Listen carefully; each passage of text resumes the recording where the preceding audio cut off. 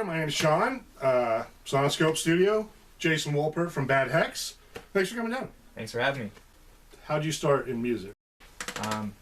It kind of just came naturally.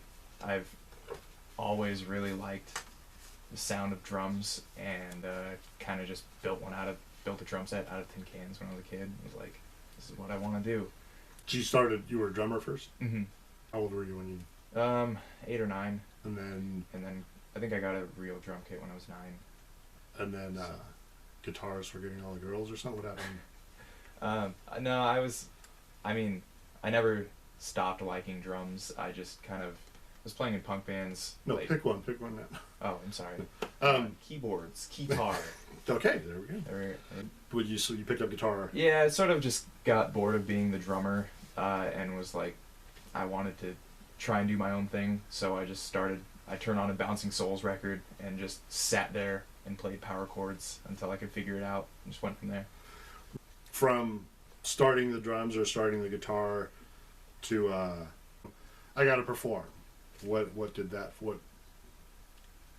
for you in your head? Well, just starting a band when I was 13, I was playing drums, and I don't know, it was a logical conclusion to, we're writing our own songs, we should just play shows. Step.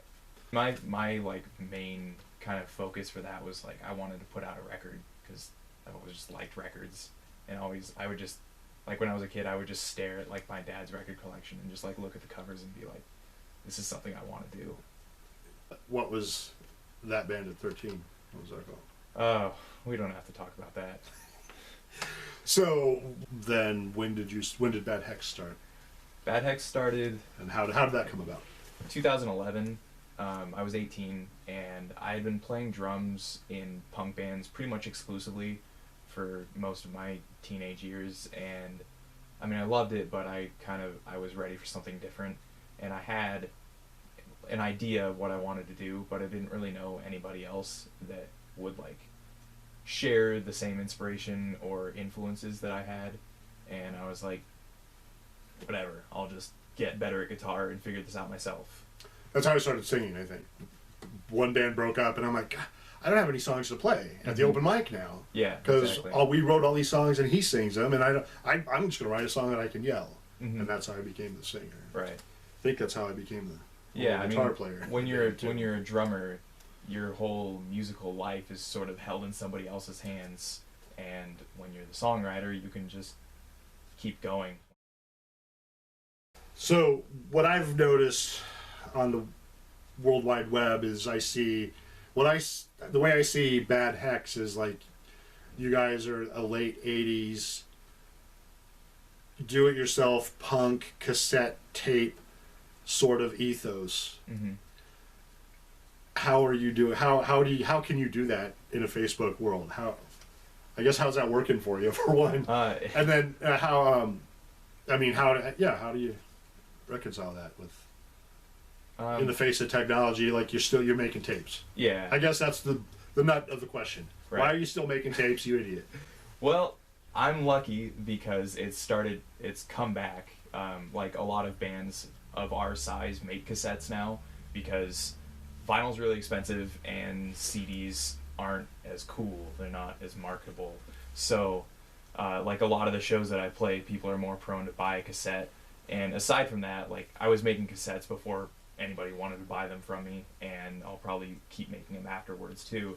And I just think they're really cool. I think they look cool. It's an interesting format. You can do a lot with it that you couldn't do with a CD.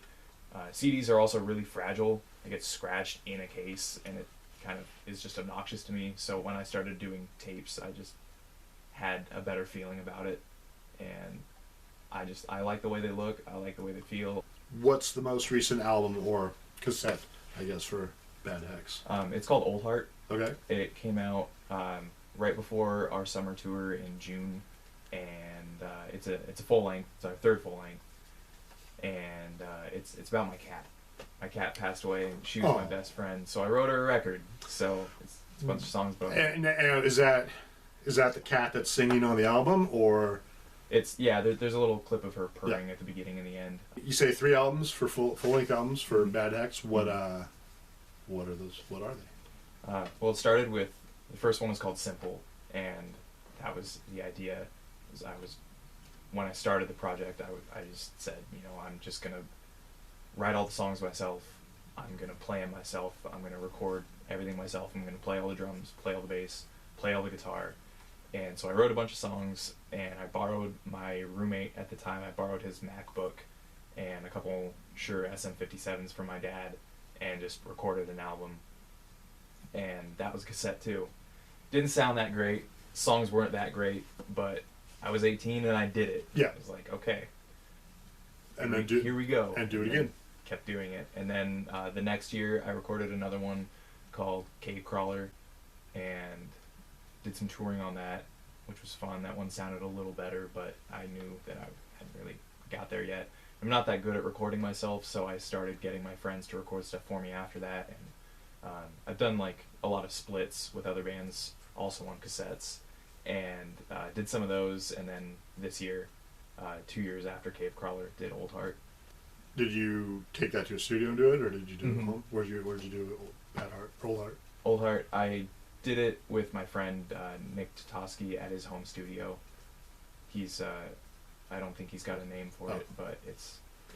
If you run into somebody and you can give them one CD to try and get them into your band, or one record, or what's the one one CD or even song, I guess, can you thrust on somebody to try and win them over and get them into your camp? If I had to show somebody one record from Bad Hex, it would easily be Old Heart.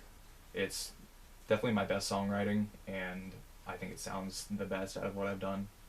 I mean, I know it's the newest and freshest by my new album, but no, I love that record. I'm really proud of it in a way that I've never been proud of something that I've done before, so I would say that one. So you said you did the first album by yourself. Mm-hmm. And then for the second album, after the first album was done, did you put a band together to do shows? Yeah. And then did that lineup do the next album, or were you still...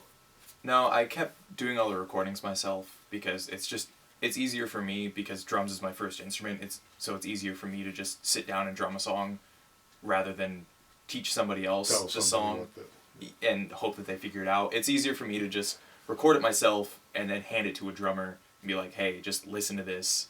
This is how it goes. There you go. Have fun. People love you. Yeah. But even on Old Heart, everybody is...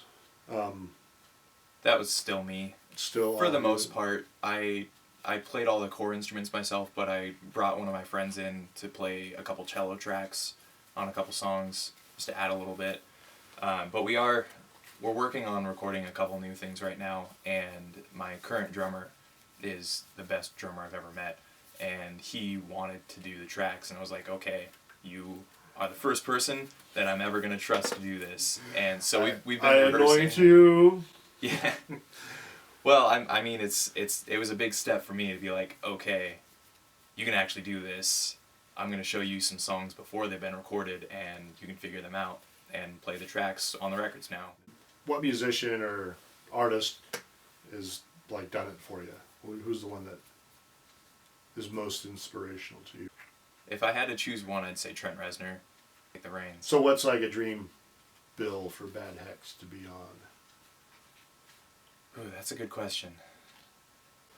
Ooh, if I had to choose anyone, well, it'd probably be Nine Inch Nails. Playing a show with Nine Inch Nails would be really cool. Going back in time and opening for Black Sabbath in '72 would be really cool. I'd be down for that. I think it would.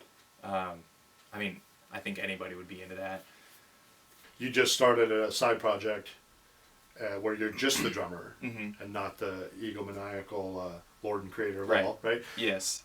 Talk about that. What's that called? It's called Deformer, or Deforme. It's French. I just play drums, which is awesome because I just show up, I learn the songs, and I go home. It's nice to be, generally I'm not the one in charge. The guy that plays guitar, it pretty much takes care of writing the songs and getting all that together. So it's nice just to play drums. It's good to not have to do everything. Yeah. I show up, I play drums, that's it. Okay, so talk about the guitar. Well, it's Les Paul that I've been using lately. I kind of inherited it from my friend when he moved away, he sort of just left it with me, and I was like, all right. I got really into playing humbuckers, so. Is that the only guitar you're using, or the only guitar you have?